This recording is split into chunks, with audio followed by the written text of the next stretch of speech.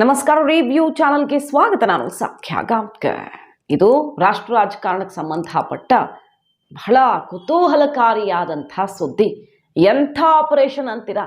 ಕೇಳಿದ್ರೆ ಅಚ್ಚರಿಯಾಗತ್ತೆ, ನಂಬೋದಕ್ಕೆ ಕಷ್ಟ ಆಗತ್ತೆ. ಅಂಥದ್ದೊಂದು ಪ್ರಯತ್ನ ನಡೆದಿದೆ, ಸದ್ದಿಲ್ಲದೆ ಅದು ಈಗ ಸದ್ದಾಗ್ತಿದೆ, ಹೊರಗಡೆ ಬಂದಿದೆ. ಹಾಗಾದರೆ ಯಾವ ದೊಡ್ಡ ನಾಯಕನಿಗೆ ಎಂತಹ ಆಫರ್, ದೊಡ್ಡ ಕುರ್ಚಿಯಲ್ಲಿ ಕೂರಿಸುವ ಸಂಬಂಧ, ಎಂತಹ ಪ್ರಯತ್ನ, ಮಾಹಿತಿನ ಮುಂದೆ ಇಡ್ತಾ ಇದ್ದೀವಿ. ಮಿಸ್ ಮಾಡಿದ್ರೆ ನಮ್ಮ ಚಾನಲ್ನ ಸಬ್ಸ್ಕ್ರೈಬ್ ಮಾಡಿ, ನಿಮ್ಮ ಅಭಿಪ್ರಾಯ ಕಮೆಂಟ್ ಮಾಡಿ ತಿಳಿಸಿ. ವೀಕ್ಷಕರೇ, ಆಪರೇಷನ್ ರಾಜಕಾರಣ ನಿಷ್ಠೆ ಯಾವ ರೀತಿ ಬದಲಾಯಿಸಲಿದ್ದಾರೆ, ಗುಂಪು ಗುಂಪಾಗಿ ಎಲ್ಲಿಗೆ ಹೋಗ್ತಾರೆ, ಯಾವುದನ್ನು ಗೆಸ್ ಮಾಡೋದಕ್ಕೂ ಆಗಲ್ಲ. ಕರ್ನಾಟಕ ಪಾಲಿಟಿಕ್ಸ್ ಬಗ್ಗೆ ಅಲ್ಲ ನಾ ಹೇಳ್ತಾ ಇರೋದು, ಆದರೆ ರಾಷ್ಟ್ರ ರಾಜಕಾರಣದಲ್ಲಿ ಭರ್ಜರಿ ಆಪರೇಷನ್ನ ಪ್ರಯತ್ನ ಆಗ್ತಾ ಇದೆ ಅನ್ನೋದಕ್ಕೆ ಮತ್ತೊಂದು ಬೆಸ್ಟ್ ಎಕ್ಸಾಂಪಲ್. ಈಗ ಜವಾಬ್ದಾರಿಯುತ ಸ್ಥಾನದಲ್ಲಿರುವಂತಹ ನಾಯಕನೇ ಬಿಚ್ಚಿಟ್ಟಿರುವ ಸೀಕ್ರೆಟ್ ಇದು. ಅಸಲಿಗೆ ಇದರ ಔಚಿತ್ಯ ಬೇರೆನೇನೋ ಇರಬಹುದು. ಇಂಥದ್ದೊಂದು ಸ್ಟೇಟ್ಮೆಂಟ್ ಹೊರಗಡೆ ಬಂದಿದೆ ಅಂದ್ರೆ ಇನ್ನೇನೋ ಒಂದು ಆಗ್ತಾ ಇದೆ ಅನ್ನುವ ಸ್ಪಷ್ಟ ಸುಳಿವನ್ನ ಕೊಡ್ತಾ ಇದೆ. ಇದು ಕ್ಲಿಯರ್ ಆಗಿ ಒನ್ ಬೈ ಒನ್ ನೋಡ್ಕೊಳ್ತಾ ಹೋಗೋಣ.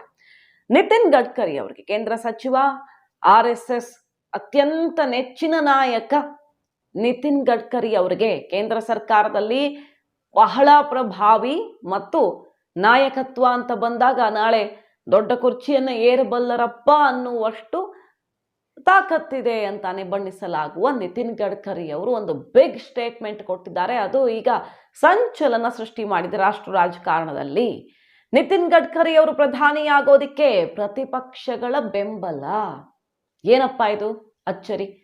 ಈ ಲೋಕಸಭಾ ಚುನಾವಣೆ ಆದ ಮೇಲೆ ಬಿಜೆಪಿಗೆ ಯಾವಾಗ ಅನಿರೀಕ್ಷಿತ ಫಲಿತಾಂಶ ಬಂತೋ, ದೊಡ್ಡ ಹೊಡೆತ ಬಿತ್ತೋ, ಮೋದಿಗೆ ನಿತೀಶ್ ಕುಮಾರ್ ಅವರು ಮತ್ತು ಚಂದ್ರಬಾಬು ನಾಯ್ಡು ಬೆಂಬಲಿಸದೆ ಹೋಗಿದ್ರೆ ಇವತ್ತು ಸರ್ಕಾರ ಈ ರೀತಿ ಇರ್ತಾನೆ ಇರಲಿಲ್ಲ, ಬೇರೆ ಯಾವ ಸ್ವರೂಪದಲ್ಲಿ ಇರ್ತಿತ್ತು ಅನ್ನೋದು ಗೊತ್ತಿಲ್ಲ.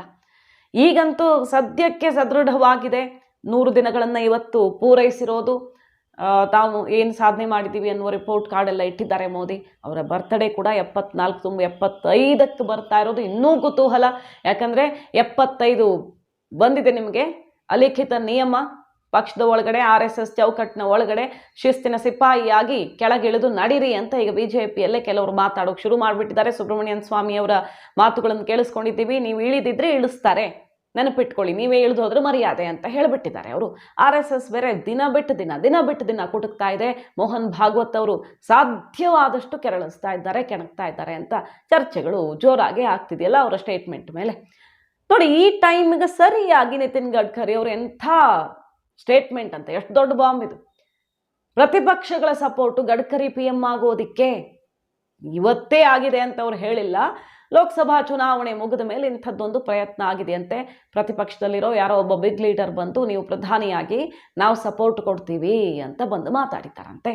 ಆದರೆ ನಾನು ನಿಷ್ಠಾವಂತ, ಪಕ್ಷದ ನಿಷ್ಠೆ, ನನ್ನ ಸಿದ್ಧಾಂತಕ್ಕೆ ಯಾವತ್ತೂ ನಾನು ಕಾಂಪ್ರಮೈಸ್ ಆಗಲ್ಲ, ಅದೆಲ್ಲ ನಾನು ಪ್ರಧಾನಿ ಕುರ್ಚಿ ಕನಸು ಕಂಡುಕೊಂಡು ಬದುಕ್ತಾ ಇರೋ ಮನುಷ್ಯನೂ ಅಲ್ಲ, ನನ್ನ ಜೀವನದಲ್ಲಿ ಪ್ರಧಾನಿ ಆಗೋದು ಕನಸೂ ಅಲ್ಲ ಅಂತ ನಿತಿನ್ ಗಡ್ಕರಿ ಅವರು ಮಾತಾಡಿದ್ದಾರೆ. ಆದರೆ ಅಸಲಿಗೆ ಈ ಸ್ಟೇಟ್ಮೆಂಟ್ನ ಅವಶ್ಯಕತೆ ಇತ್ತಾ ಅನ್ನೋದು ಈಗ ಚರ್ಚೆಗೆ ಕಾರಣ ಆಗಿರೋದು. ನಿತಿನ್ ಗಡ್ಕರಿ ಅವರಂದ್ರೆ ಅವ್ರದ್ದು ಒಂದು ಬೇರೆಯದೇ ಇಮೇಜ್ ಇದೆ. ಅತ್ಯಂತ ಬುದ್ಧಿವಂತ ರಾಜಕಾರಣಿ, ಭ್ರಷ್ಟಾಚಾರ ಮತ್ತೊಂದು ಅಂತ ಹೆಸರು ಕೆಡಿಸ್ಕೊಂಡವರಲ್ಲ. RSS ನಿಷ್ಠಾವಂತ, RSSನ ಅತ್ಯಂತ ನೆಚ್ಚಿನ ನಾಯಕ. ಮುಂದೇನಾದರೂ ಮೋದಿ ಬಳಿಕ ಅಂತ ಬಂದರೆ 5 ವರ್ಷ ಪೂರೈಸೋದಕ್ಕೆ ಬಿಟ್ಟರೆ ಮೋದಿ ಅವ್ರಿಗೆ ಮತ್ತೆ BJPಗೆ ಅವಕಾಶ ಸಿಕ್ಕಿದ್ರೆ ಗಡ್ಕರಿ ಆ ಸೀಟಲ್ಲಿ ಇರಬಹುದು ಅಂತ ಎಲ್ಲರೂ ಊಹೆ ಮಾಡ್ತಾರೆ. ಯೋಗಿ ಆದಿತ್ಯನಾಥ್, ಗಡ್ಕರಿ ಇಬ್ಬರಲ್ಲಿ ಯಾರಾಗ್ತಾರೆ ಅನ್ನೋ ಒಂದು ಕುತೂಹಲ ಇದೆಯಲ್ಲ. ಅಷ್ಟು ಮೇರು ನಾಯಕ BJPಯ ಒಳಗಡೆ. ಆದರೆ ಮಹತ್ವಾಕಾಂಕ್ಷೆಗೆ ಬಿದ್ದಿದ್ದಾರಾ ನಿತಿನ್ ಗಡ್ಕರಿ ಅವರು ಈ ಟೈಮಲ್ಲಿ? ಯಾಕಂದರೆ ಬದಲಾವಣೆ ಆಗತ್ತೆ, ಮೋದಿ ಇಳಿದಿದ್ರೆ ಇಳಿಸ್ತೀವಿ ಅನ್ನುವ ಎಚ್ಚರಿಕೆಯ ಸಂದೇಶ ಕೇಸರಿ ಪಾಳ್ಯದ ಒಳಗೇ ಬರ್ತಿರೋ ಹೊತ್ತಲ್ಲಿ ಗಡ್ಕರಿಯವರ ಈ ಸ್ಟೇಟ್ಮೆಂಟ್ನ ಅಸಲಿ ರಹಸ್ಯ ಏನು, ಔಚಿತ್ಯ ಏನು ಲೆಕ್ಕಾಚಾರ ಇದೆ ಇದರ ಹಿಂದೆ? ಕಾಮನ್ ಆಗಿ ಅವರು ಅಪ್ರೋಚ್ ಮಾಡಿದ್ರು, ಬಟ್ ನಾನೇನೋ ಅಂದೆ ಅನ್ನೋದನ್ನು ಹೇಳಬೇಕಾದ ಅವಶ್ಯಕತೆನೇ ಇಲ್ಲ. ಅವ್ರ ಇಮೇಜ್ ಇರೋದೇ ಹಾಗೆ, ನಿತಿನ್ ಗಡ್ಕರಿ ಅವರ ಇಮೇಜ್ ಇರೋದು ಹಾಗೆ. ಮತ್ತು ನಾನು ನಿಸ್ವಾರ್ಥ ರಾಜಕಾರಣಿ, ಕುರ್ಚಿಯ ಕನಸು ಕಾಣ್ತಿರೋನಲ್ಲ ಅಂತ ಹೇಳ್ತಿರುವ ನಿತಿನ್ ಗಡ್ಕರಿ ಅವರು ಈ ಸ್ಟೇಟ್ಮೆಂಟನ್ನು, ಈ ಒಂದು ರಹಸ್ಯವನ್ನು, ಇಂಥದ್ದೊಂದು ಮೀಟಿಂಗ್ ಆಗಿರೋ ರಹಸ್ಯವನ್ನು ತೆರೆದಿಡುವ ಅನಿವಾರ್ಯತೆಯೂ ಇರಲಿಲ್ಲ. ಅಥವಾ ಪ್ರತಿಪಕ್ಷಗಳಿಗೆ ಚಾಟಿ ಬೀಸೋ ರೀತಿಯಲ್ಲಿ ಹೇಳಿದರೆ ಇಂಥವ್ರು ಬಂದಿದ್ರು ಅಂತ ಹೆಸರು ಹೇಳಬಹುದಿತ್ತು, ಆ ಅವಕಾಶವೂ ಇತ್ತು, ಅದನ್ನು ಮಾಡ್ತಾ ಇಲ್ಲ. ಯಾರು ಅಂತ ಏನು ಹೇಳಕ್ ಹೋಗಲ್ಲ ನಾನು. ಬಟ್ ಒಬ್ಬರು ಬಿಗ್ ಲೀಡರ್ ಬಂದಿದ್ರು, ಅಪ್ರೋಚ್ ಮಾಡಿದ್ರು, ಎಲ್ಲ ಸಪೋರ್ಟ್ ಕೊಡೋಕೆ ರೆಡಿ ಇದ್ರು. ಬಟ್ ನಾನೇನು PM ಕುರ್ಚಿ ಕನಸು ಕಂಡುಕೊಂಡು ಕೂತಿಲ್ಲ, ಇಲ್ಲಿ ಕಾಂಪ್ರಮೈಸ್ ಆಗಲ್ಲ, ನನ್ನ ಪಕ್ಷಕ್ಕೆ ಅಷ್ಟು ನಿಷ್ಠೆ ಇದೆ ಅನ್ನುವ ಹೇಳಿಕೆ ಸಿಡಿದಿದೆ ನರೇಂದ್ರ ಮೋದಿಗೆ. 75ನೇ ಹುಟ್ಟು ಹಬ್ಬದ ಅಂದರೆ 74 ಮುಗಿದ 75 ಬರ್ತಿರುವಂತಹ ಟೈಮಲ್ಲಿ ಏನಿದು ಹಾಗಾದ್ರೆ? ಕಮಲಪಾಳ್ಯದೊಳಗೆ ಏನೋ ಒಂದು ಮಹತ್ವದ ಬೆಳವಣಿಗೆಯ ಸುಳಿವಂತೂ ಸಿಗ್ತಿದೆ ನೋಡಿ. ಒಂದ್ ಕಡೆ ಪ್ರತಿಪಕ್ಷಗಳು ನರೇಂದ್ರ ಮೋದಿ ಸರ್ಕಾರ, NDA ಸರ್ಕಾರ ಶೇಕ್ ಮಾಡಲೇಬೇಕು ಅಂತ ಭರ್ಜರಿ ಪ್ರಯತ್ನ ಶುರು ಮಾಡಿದ್ದಾರೆ ಅನ್ನೋ ಸುದ್ದಿ. ಕಾಂಗ್ರೆಸ್ನವರೇ ಸ್ಟೇಟ್ಮೆಂಟ್ ಕೊಟ್ರಲ್ಲ, ಇನ್ನು 6 ತಿಂಗಳು ಒಳಗಡೆ ರಾಹುಲ್ ಗಾಂಧಿ PM ಆಗ್ತಾರೆ, ಕಟ್ಟಿಟ್ಟ ಬುತ್ತಿ ಮೋದಿ ಕೆಳಗೆ ಇಳಿಯೋದು, ಸರ್ಕಾರ ಶೇಕ್ ಆಗೋದು ಅಂತೆಲ್ಲ ಸ್ಟೇಟ್ಮೆಂಟ್ ಕೊಟ್ರು. ಮತ್ತು ಒಂದು ಗುಪ್ತಚರ ಮಾಹಿತಿ, ವಿದೇಶದಿಂದ ಬಂದ ಇಂಟೆಲಿಜೆನ್ಸ್ ರಿಪೋರ್ಟ್ ನಿಮ್ಮ ಮುಂದೆ ಇಟ್ಟಿದ್ವಿ ನಾವು. ಅಮೆರಿಕ ಭಾರತದಲ್ಲಿ ಹಸ್ತಕ್ಷೇಪ ಮಾಡ್ತಿದೆ, ಜೆನಿಫರ್ ಅನ್ನುವಂಥ ಒಬ್ಬ ಅಧಿಕಾರಿಯ ಟೀಮು ಇಲ್ಲಿ ಬಂದು ವಿಸಿಟ್ ಮಾಡ್ತಿರೋದು, NDA ಭಾಗವಾಗಿರೋ ಪಕ್ಷಗಳ ನಾಯಕರನ್ನು ವಿಸಿಟ್ ಮಾಡ್ತಿರೋದು, ಚಂದ್ರಬಾಬು ನಾಯ್ಡು ಅವ್ರ ಜೊತೆ ಮೀಟಿಂಗ್ ಮಾಡಿದ್ದಾರೆ, ಅವರನ್ನು ಹೊರಗಡೆ ಕರ್ಕೊಂಡು ಬರುವ ಸರ್ಕಾರಕ್ಕೆ ಪೆಟ್ಟುಕೊಡುವಂಥ ಪ್ರಯತ್ನ ಆಗ್ತಿದೆ ಅನ್ನೋ ಸುದ್ದಿಗಳು ಸದ್ದು ಮಾಡ್ತಿವೆ.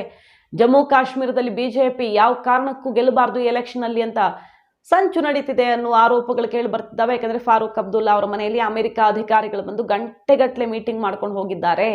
ಇಂಥದ್ದೆಲ್ಲ ಸುದ್ದಿಗಳ ನಡುವೆ BJPಯ ಒಳಗಡೆಯೂ ಏನಾದರೂ ಮಹತ್ವದ್ದು ನಡೀತಾ ಇದೆಯಾ? ಮೋದಿ ಡೆಡ್ಲೈನ್ 75, ಅವರು ಬಂದ ಮೇಲೆ ಆ ಬಗ್ಗೆ ಓಪನ್ ಆಗಿ ಚರ್ಚೆ ಆಗೋಕ್ಕೆ ಶುರುವಾಯಿತು. ಕರ್ನಾಟಕದಲ್ಲಿ ಯಡಿಯೂರಪ್ಪನವರು 1 ವರ್ಷ ಆಚೆ ಈಚೆ ನಡೆಯುತ್ತೆ, ಆದರೆ ಟೈಮ್ ಬಂದಿದೆ ಅನ್ನೋದನ್ನು ನೆನಪಿಸೋದಕ್ಕೆ ಶುರು ಮಾಡಿದ್ದಾರಾ ಗೊತ್ತಿಲ್ಲ. ಇತ್ತೀಚೆಗಷ್ಟು ಮೊನ್ನೆ ಅಷ್ಟೇ ಸೂಪರ್ ಮ್ಯಾನ್ ಆಗೋದಕ್ಕೆ ಹೋಗಬೇಡಿ, ಭಾರತದ ಭವಿಷ್ಯ ಏನು ಅಂತ ಬಲ್ಲದವರು ಇಂತಹ ಸ್ಟೇಟ್ಮೆಂಟ್ ಕೊಡ್ತಾರೆ, ತನ್ನನ್ನೇ ತಾನು ದೇವರು ಅಂತ ಕರ್ಕೊಳ್ಳೋದಲ್ಲ, ಜನ ಹೇಳಬೇಕು ನಮ್ಮ ಬಗ್ಗೆ. ಈ ರೀತಿಯೆಲ್ಲ ಮಾತಾಡ್ತಿರೋರಿಗೆ ಮುಂದೇನಾಗತ್ತೆ ಅನ್ನೋದು ಗೊತ್ತೇ ಇಲ್ಲ ಪಾಪ. ಇಂತಹ ಹೇಳಿಕೆಗಳೆಲ್ಲ ಬರ್ತಿದೆ. ಸೊ ಕಮಲಪಾಳ್ಯದಲ್ಲಿ ಯಾರೂ ಊಹೆ ಮಾಡದಂಥ ಬೆಳವಣಿಗೆಗಳಾಗ್ತಿವೆಯಾ? ಮತ್ತು ಹೇಗಾದರೂ ಮಾಡಿ ಮುಂದೆ ಮೋದಿಯನ್ನ ಕುರ್ಚಿಯಿಂದ ಕೆಳಗಿಳಿಸಬೇಕು, ಮತ್ತಾರು ಕೂತ್ರೂ ಪರವಾಗಿಲ್ಲ ಅನ್ನೋ ಪ್ರಯತ್ನವೂ ಕೂಡ, ಬಗೆಯ ಪ್ರಯತ್ನಗಳಾಗ್ತಿರ್ತಾವಲ್ಲ, ಆಪರೇಷನ್ಗಳು. ಯಾವುದು ಸಕ್ಸಸ್ ಆಗತ್ತೆ ಅನ್ನೋದು ಗೊತ್ತಿಲ್ಲ. ಕಲ್ಲು ಹೊಡಿತಾ ಇರೋದು ತಾಗದಲ್ಲಿ ಗುರಿ ಮುಟ್ಟದಂಗೆ ಅಂತಾರಲ್ಲ, ಆ ರೀತಿ ಬಗೆಯ ಪ್ರಯತ್ನಗಳು ಆಗ್ತಿರಬಹುದು ಮೋದಿ ವಿರೋಧಿಗಳಿಂದ. ಸೊ ಮೋದಿ ಕೊನೆ ಪಕ್ಷ, ಸರ್ಕಾರಕ್ಕೆ ಏನಾಗುತ್ತೋ ಬಿಡುತ್ತೋ, ಮೋದಿ ಇಳಿಬೇಕು ಅನ್ನುವ ಪ್ರಯತ್ನಕ್ಕೂ ಕೂಡ, ಭಿನ್ನವಾದ ಪ್ರಯತ್ನಕ್ಕೂ ಕೂಡ ಪ್ರತಿಪಕ್ಷಗಳು ಕೈ ಹಾಕಿದ್ದಾವ ಗೊತ್ತಿಲ್ಲ. ನಿತಿನ್ ಗಡ್ಕರಿ ಅವರ ಈ ಹೇಳಿಕೆ ಅಂತೂ ಈಗ ಸಂಚಲನಕ್ಕೆ ಕಾರಣ ಆಗಿದೆ. BJPಯಲ್ಲಿ ರೆಡಿಯಾಗೇ ಬಿಟ್ಟಿದ್ದಾರಾ PM ಕುರ್ಚಿ ಏರೋದಕ್ಕೆ ಘಟಾನುಘಟಿಗಳು ಸೂಟು ಬೂಟು ಹೊಲಿಸ್ಕೊಂಡು ಅಂತ. ಮಾಹಿತಿ ನಿಮ್ಗೆ ಇಷ್ಟ ಆಗಿದ್ರೆ ಮಿಸ್ ಮಾಡ್ತಾರೆ ನಮ್ಮ ಚಾನಲ್ನ ಸಬ್ಸ್ಕ್ರೈಬ್ ಮಾಡಿ, ನಿಮ್ಮ ಅಭಿಪ್ರಾಯ ಕಮೆಂಟ್ ಮಾಡಿ ತಿಳಿಸಿ. Thank you.